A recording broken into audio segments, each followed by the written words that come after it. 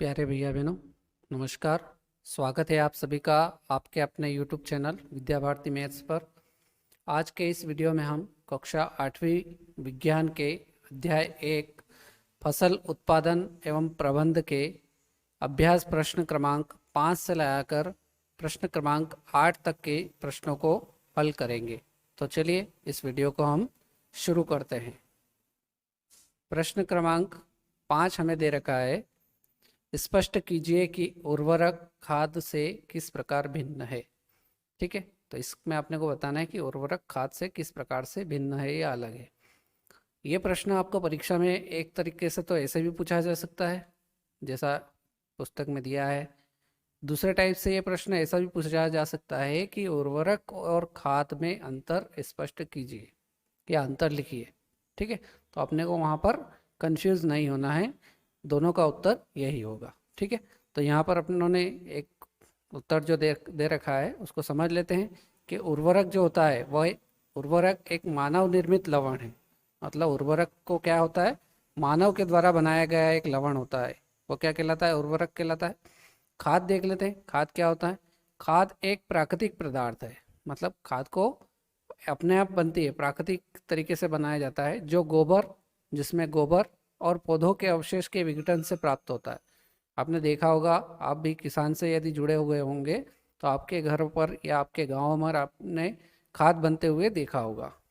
ठीक है, तो गोबर जो होता है वो एक प्राकृतिक पदार्थ है, जो गोबर पशुओं का जो अपशिष्ट होता है उससे और पौधों के जो टूटे फूटे भाग रहते हैं या फल फूल होते हैं, सब्जियां होती है, उनके विघटन से खाद बनती है।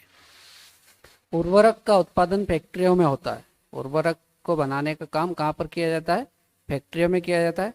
और खाद जो होती है वो खेतों में बनाई जा सकती है, खाद को खेतों पर बनाया जा सकता है। तीसरा जो अंतर है उर्वरक और खाद में वो ये है कि उर्वरक से मिट्टी को ह्यूमस प्राप्त नहीं होती। मतलब ह्यूमस क्या होता है कि अगर मिट्टी में ह्यूमस की मात्रा रहती है तो मिट्टी थोड़ी नमी युक्त रहती है। मतलब थोड़ी नमी युक्त मतलब जैसे आप उसमें जाएंगे मिट्टी में तो आपको पता चल जाएगा कि ये मिट्टी नरम है। और उर्वरक से क्या होती है, मिट्टी कड़क हो जाती है। ठीक है, तो खाद में क्या देख लेते हैं, खाद से मिट्टी की ह्यूमस प्रचुर मात्रा में प्राप्त होती है। अगर आपने देखा होगा कि किसी खेत में खाद की मात्रा अगर अधिक रहती है तो वो खेत एकदम नरम रहता है और उसमें ह्यूमस की मात्रा भी प्रचुर मात्रा में, अधिक मात्रा में रहती है वहाँ पर।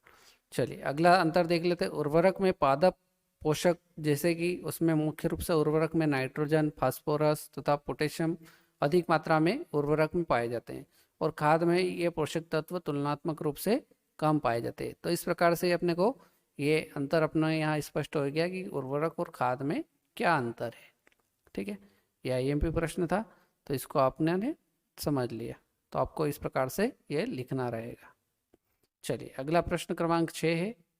प्रश्न क्रमांक 6 को देखते हैं। प्रश्न क्रमांक 6 में हमसे क्या पूछा गया है, सिंचाई किसे कहते हैं, जल संरक्षित करने वाली सिंचाई की दो विधियों का वर्णन कीजिए। ठीक है, इसमें सबसे पहले अपनों से पूछा गया है सिंचाई किसे कहते हैं, फिर पूछा गया है जल संरक्षित मतलब जल को बचाने वाली सिंचाई की दो विधियों का अपने को वर्णन करके बताना है। तो सबसे पहले अपन यहाँ पर देखेंगे सिंचाई की परिभाषा, कि सिंचाई की परिभाषा क्या होती है। तो सिंचाई क्या होती है, निश्चित समय अंतराल पर खेत में जल देना। मतलब थोड़े थोड़े समय के दिनों के पश्चात अगर अपन खेत में पानी देने का जो कार्य करते हैं वो क्या कहलाता है, सिंचाई कहलाता है। मतलब निश्चित अंतराल, मतलब ऐसा नहीं कि आज पानी दिया कल फिर दे दिया, या ऐसा भी नहीं कि पानी एक सप्ताह पहले दिया था और एक दो महीने बाद दिया, ऐसा नहीं। तो ऐसा फिर वो सिंचाई नहीं कहलाएगा। मतलब इसमें क्या होता है कि निश्चित समय अंतराल पर खेत में पानी देना या जल देना सिंचाई कहलाता है। तो ये इसकी क्या हो जाएगी, परिभाषा हो जाएगी सिंचाई की। अब इसमें दूसरी जो बात पूछी गई थी वो ये है कि जल संरक्षित करने वाली सिंचाई की दो विधियों के नाम। तो यहाँ पर दो विधियों के नाम अपने लिखे हैं, पहला है छिड़काव विधि और दूसरी है ड्रिप विधि। अगली स्लाइड में हम इनके वर्णन को देखेंगे। ठीक है, तो पहला यहाँ पर देखेंगे अपन छिड़काव विधि क्या होती है। छिड़काव विधि, इस विधि का उपयोग असमतल भूमि के लिए किया जाता है। मतलब जहाँ पर जमीन एक जैसी नहीं होती वहाँ पर इस विधि, छिड़काव विधि से सिंचाई का कार्य किया जाता है। जहाँ पर जल कम मात्रा में उपलब्ध हो, या जहाँ पर ऐसे स्थान भी होते हैं जहाँ पर कम जल की जो मात्रा है वो कम होती है, ऐसे स्थान पर भी छिड़काव विधि का उपयोग किया जाता है। ऊर्ध्व पाइप नलों के ऊपरी सिरों पर घूमने वाले नोजल लगे होते हैं। नल का जो ऊपरी वाला भाग रहता है वहाँ पर घूमने वाले नोजल रहते हैं। यह पाइप निश्चित दूरी पर मुख्य लाइन से जुड़े रहते हैं, और उसके जो पाइप रहते हैं वो किससे जुड़े हुए रहते हैं? मुख्य पाइप से, जो कहाँ पर, या तो कुएं के अंदर से जुड़ा रहेगा या फिर ट्यूबवेल के मुख्य पाइप से जुड़ा रहता है। जब पंप की सहायता से जल मुख्य पाइपलाइन में भेजा जाता है तो यह नोजल या घूमते हुए नोजल से बाहर निकलता है। जब उस पंप से या मोटर की सहायता से पानी उस मुख्य पाइप में जाता है तो वो घूमते हुए नोजल से बाहर निकलता है। जो नोजल अपना घूमता है वहाँ पर, उस नोजल से वो पानी निकलता है। इसका छिड़काव पौधों पर इस प्रकार होता है जैसे बारिश हो रही है। आपने देखा होगा फुहारे लगे हुए रहते हैं बहुत सारे स्थानों पर, तो इस प्रकार से वो फुहारे के माध्यम से जो पानी गिरता है पौधों के ऊपर तो उनको ऐसा लगता है कि बारिश हो रही है। तो इस प्रकार की जो विधि होती है, फुहारा विधि भी इसको कहा जाता है। तो इसको छिड़काव विधि के अंतर्गत अपनों ने इस प्रकार से इसको समझा। चलिए दूसरी विधि अपने को देखना है इसके अंतर्गत, तो वो है ड्रिप विधि। ड्रिप विधि क्या होती है देख लेते हैं। इस विधि में जल बूंद बूंद करके सीधे पौधों की जड़ों में गिरता है। ठीक है, तो इस विधि में कैसे किया जाता है? पानी को डायरेक्ट पौधों की जो जड़ें रहती है उन जड़ों के पास में डाला जाता है, अतः इसे ड्रिप विधि कहा जाता है। और इस प्रकार की जो विधि होती है उसको ड्रिप विधि कहा जाता है। इसका उपयोग फलदार पौधों, जो फल देने वाले जो पौधे होते हैं, बगीचे होते हैं, वृक्षों को पानी देने का यह सर्वोत्तम तरीका है, क्योंकि उसमें पानी कम मात्रा में लगता है। इससे पौधे को बूंद बूंद करके जल प्राप्त होता है, और धीरे धीरे जो पानी प्राप्त होता है पौधे को वो जमीन के अंदर, मिट्टी के अंदर चला जाता है। इस विधि में जल बिल्कुल व्यर्थ नहीं होता है। और इस विधि का सबसे मेन फायदा क्या है कि जल का दुरुपयोग नहीं होता है। अतः यह विधि जल की कमी वाले क्षेत्रों के लिए एक वरदान है। अतः इस विधि का उपयोग सबसे अधिक कहाँ पर किया जाता है कि जहाँ पर जल की कमी होती है, तो ऐसे क्षेत्रों के लिए यह एक वरदान की तरह कार्य करती है, क्योंकि कम पानी में भी वहाँ पर जो फल देने वाले पौधे हैं, बगीचे हैं, वृक्ष है, उन पौधों को ड्रिप विधि के माध्यम से सिंचित या उनकी सिंचाई की जा सकती है। ठीक है, तो इस प्रकार से ये अपना प्रश्न नंबर 6 कंप्लीट होता है। चलिए बढ़ते हैं अगले प्रश्न की तरफ। प्रश्न क्रमांक 7 है। प्रश्न क्रमांक 7 में अपनों से पूछा गया है, यदि गेहूं को खरीफ ऋतु में उगाया जाए तो क्या होगा? तो सबसे पहले तो अपने को पता है कि गेहूं की जो फसल है वो रबी की फसल है, लेकिन यहाँ पर अब इस प्रश्न में बोला गया है कि खरीफ की फसल में अगर इस गेहूं को बोया जाता है तो क्या होगा, चर्चा कीजिए। तो यहाँ पर इसका उत्तर क्या लिखेंगे अपन? गेहूं रबी की फसल है, सभी अपन जानते हैं, अपने पहले प्रश्न में भी देख चुके हैं अपन। इसलिए इसे ठीक से बढ़ने के लिए ठंडी जलवायु एवं परिस्थितियों की आवश्यकता होती है। गेहूं की जो फसल होती है, आपने देखा होगा कि जब ठंड का मौसम रहता है या ठंडी जलवायु रहती है तब ये फसल अच्छी तरह से चलती है।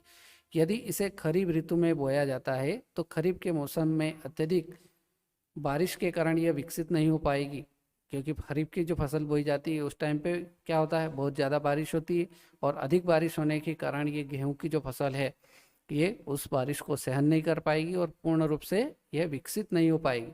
या तो पानी अधिक गिरने के कारण ये पूरी फसल भी क्या हो सकती है, नष्ट भी हो सकती है। इस कारण से गेहूं को खरीफ की फसल में नहीं बोया जाता है। उसको कब बोया जाता है? रबी की फसल में, या रबी की फसल के टाइम पे बोया जाता है। ठीक है, तो ये इसका क्या हो जाएगा, आंसर हो जाएगा। चलिए पढ़ते हैं। आज के वीडियो का अंतिम प्रश्न है, खेत में लगातार फसल उगाने से मिट्टी पर क्या प्रभाव पड़ता है? खेत में यदि अपन बार बार एक ही प्रकार की फसलें या लगातार फसलें उगाए जा रहे हैं तो मिट्टी का इस पर क्या प्रभाव पड़ता है, व्याख्या कीजिए या इसके बारे में बताना है। ठीक है, तो इसका उत्तर क्या हो जाएगा? उत्तर देख लेते हैं। मिट्टी फसल को खनिज पोषक तत्वों की आपूर्ति करती है। मिट्टी से क्या होता है, फसल को खनिज और पोषक तत्वों की पूर्ति होती है। ये पोषक तत्व पौधों की वृद्धि के लिए आवश्यक होते हैं, और मिट्टी से जो पोषक तत्व प्राप्त होते हैं वो पौधों की जो वृद्धि होती है उसमें बहुत ही आवश्यक होते हैं। एक ही खेत में फसलों के लगातार उगाने से मिट्टी में पोषक तत्वों की कमी हो जाती है, क्योंकि बार बार अगर खेत में फसल उगाएंगे तो पोषक तत्वों की क्या आ जाएगी, कमी आ जाती है, कमी हो जाती है। इससे मिट्टी जो है वो अनुपजाऊ हो जाती है। जो हमारी मिट्टी उपजाऊ मिट्टी होती है वो काय में बदल जाती है, अनुपजाऊ मिट्टी में बदल जाती है, और फिर पोषक तत्वों की कमी के कारण मिट्टी में खाद देने की आवश्यकता होती है। या फसल को खेत में अगर लगातार फसल बोते हैं तो फिर उसकी पैदावार भी कम हो जाती है, या फिर उस पोषक तत्वों की पूर्ति करने के लिए अपने को समय समय पर खेत में खाद डालने की आवश्यकता पड़ती है। तो इस प्रकार से अपना ये उत्तर हो जाएगा प्रश्न क्रमांक 8। तो आज के वीडियो में इतना ही। उम्मीद करता हूँ कि ये वीडियो में अपनों ने जो प्रश्न क्रमांक 5 से लगाकर 8 तक के प्रश्नों को देखा, तो ये सारे प्रश्न आपको अच्छे से समझ में आ गए होंगे। तो आज के वीडियो में इतना ही। मिलते हैं नेक्स्ट वीडियो में नए प्रश्नों के साथ। जय हिंद, जय भारत।